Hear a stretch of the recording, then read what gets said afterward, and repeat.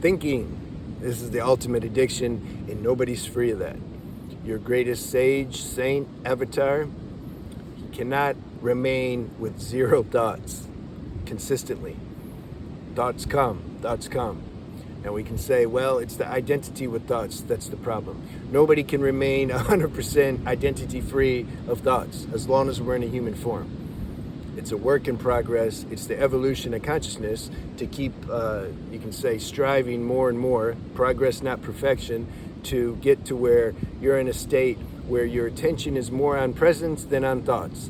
But sometimes you might identify with the thought. Sometimes it's destiny that you identify with the thought, because otherwise you wouldn't do the action that the cosmos is requiring you to do to produce a certain result that's been ordained by the Supreme. We don't know. We don't know how this stuff works. It's best, we can't help that either, but it's best if we just chill, You just chill and you just chill. Yeah, that's it. But don't chill too hard. See, there's always balance. What are you going to do? I like to talk on both sides, because both sides exist in the realm of duality. And we're in duality. You can say you're non-dual all you want. If I hit you in the head with this stick, I'm going to see some dualistic expression. If I give you a nice chocolate cupcake, I think a girl will appreciate that more. You're gonna react. Oh, thank you. So as long as we're in this human ship, something's responding according to the rules and laws of the game that we're playing in. Now, mind isn't a problem. Thought's not a problem. I'm not a proponent of some of these more aesthetic Hindu type scriptures and other religions that say kill the mind, destroy the mind. If there was no mind, there'd be no sense of a me to talk to a sense of you, and no sense of you to listen to a sense of me, and you couldn't enjoy the opposite sex and marriage and children, and couldn't do anything, right? So mind, ego, which is the sense of individuality. Pure ego is just sense of individuality. It's not bad. Ego gets corrupted, though, by layers and layers of concepts and conditioning in the mind and all that. But ego in itself is great. That's your friend. How are you going to know anything or taste your true nature or enjoy serenity and peace if there's no ego? No sense of individuality. So we need that. So we need the mind and all that to give us a taste of experience in life. God knows that. That's why we have one. The problem is when it becomes obsessive and compulsive. And that's not even a problem either. When you look at it deeper, we have to be obsessive, compulsive, and restless, and have a crazy mind for a while, so that then we can appreciate what it feels like to have a still mind. We need the contrast. Everything's perfect. Might not feel perfect, but those are just emotions and feelings. Don't trust your feelings and emotions so much. Trust them enough, though, because they tell you something sometimes. You see, there's no black and white. Everything's like yes, sometimes, no, okay, yeah, today actually, okay, no, not tomorrow. That's why, sometimes people will leave me comments and say, "No, man, I don't agree. It's like this." I'm like, "Yeah, it's like that too. Maybe sometimes. Sometimes it's not, though. I'm just talking nonsense." So we need the mind to exist, but it's that obsessive compulsive thinking. You can't stop it. The hamster just keeps going around and around. We don't have the ceiling fan spinning hard. We can't switch it off. It's like, where's the switch? I can't find it. Okay, that's what we're talking about when we're talking about having a still mind. So from that obsessive compulsive component in the mind that everybody has to taste that at some point, some life, you have to taste it. That's what's responsible for all the other addictions. But that's the primary addiction, the rat race, obsessive compulsiveness of the mind.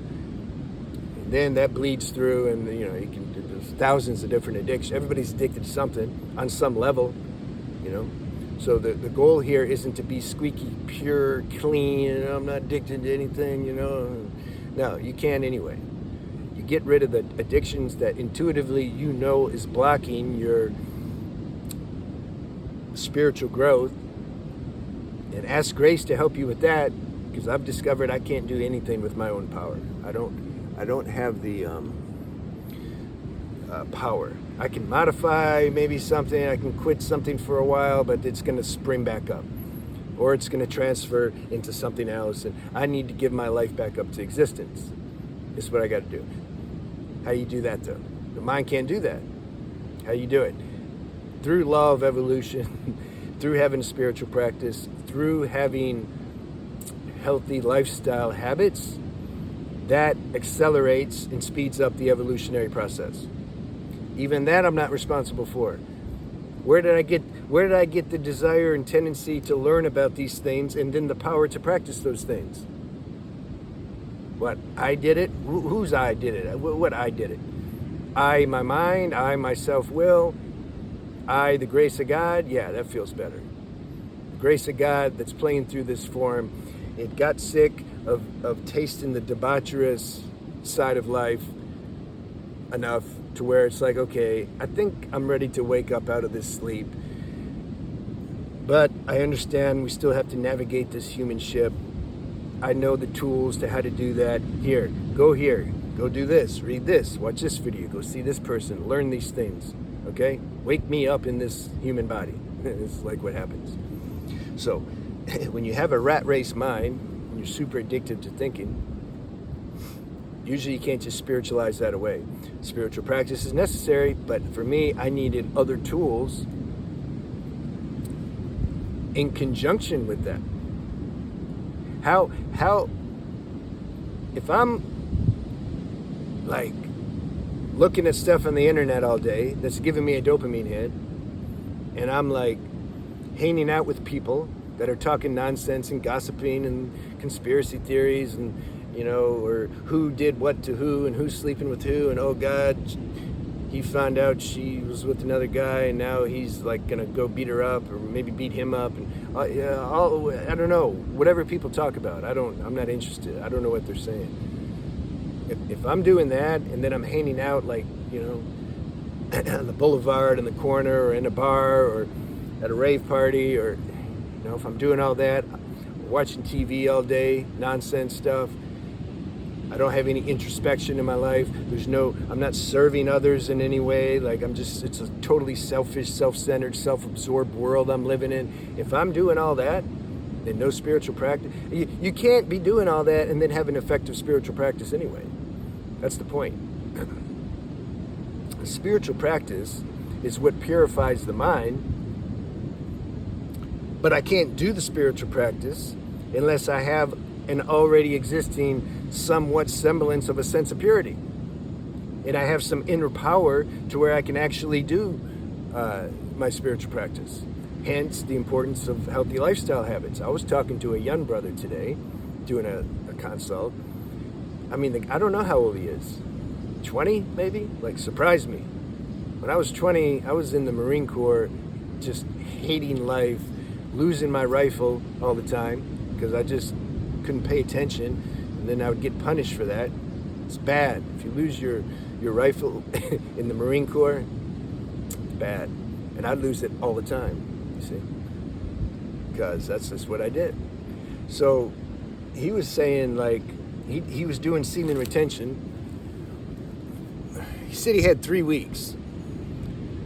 Just that 3 weeks, it was a huge difference he realized when he meditated. In fact, God gave him a little boon, probably, to keep him going, because he sat down to meditate and just to drop in, and he's like, automatically there was a surrender inside his deeper self. This human self, just it was like a satori. It merged, you can say, with his deeper self. And he attributes that. He knows that was due to, he was preserving his energy for 3 weeks.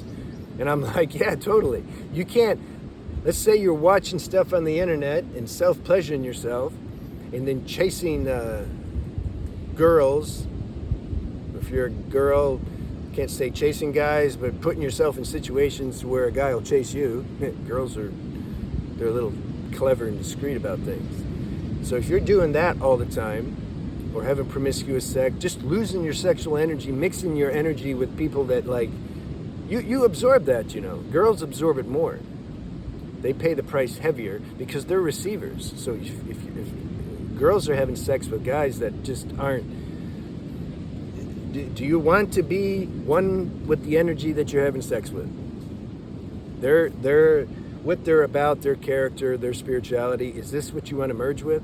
Okay, if the answer is no, you're merging with it if you're having sex. So on some level, it's not going to kill you, everything's fine, but I'm just saying. So anyway,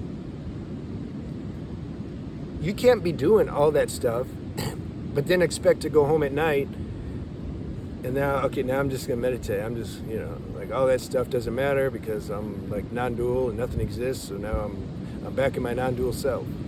You're not going to have any true shift or efficient spiritual awakening or practice if you got a lifestyle that's not supporting that. So when you start looking at your lifestyle and you start shaping that in a way that's giving you energy, life force, instead of taking it, diet, how could I forget that? That's a big deal. Eat hot dogs, pizza, and nachos every day, all day for a month. See how you feel. See how your spiritual practice is versus if you're eating fresh, organic, whole, non-processed foods, fruits, vegetables, and also, you know, you can have a cooked meal at night to ground you. Otherwise, it's too much electricity. I've been there. And do that for a month, and you see. You see if you're not in touch, you can say, with your higher self compared to when you're like eating crap all day. This is what I mean. We have to look at our whole lifestyle. But I got to make another video on like, well, what do I do? Like I can't like because that's not so easy to change. See? Because karma. We have to let these tendencies play out somehow. We got to do stupid stuff for a while. Understood. This is the inner war. This is the game. The consciousness wants to transcend this stuff. This is why you know, some people say, why do we got to suffer and do all this stuff? Because that's how we enjoy the transcendence. So you get a healthy lifestyle, that purifies the mind, makes it more quiet, and then this obsessive compulsiveness, that exists in another frequency. You see, this uncontrollable obsessive compulsiveness.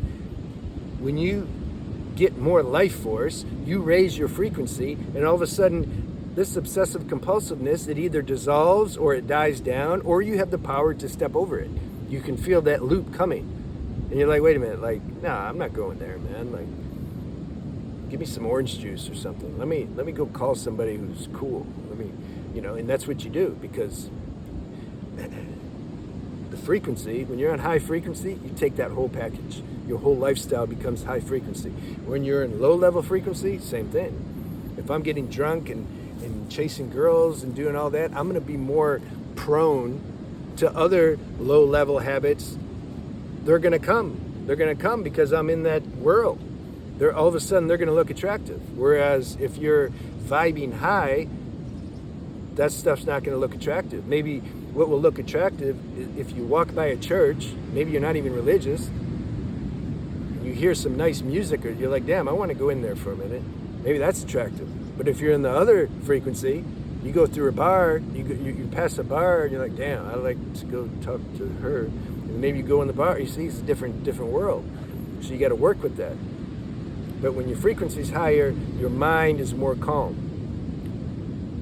Your addiction to thoughts, it's just not so bad. You're still going to think, though, like I said at the beginning. You don't become like a non-dual robot. But you don't mind. You're like, you don't, you know, like you understand you're in this human form. Like, what are you going to do? You have a mind. Okay, let it think. It wants to think about something, let it think.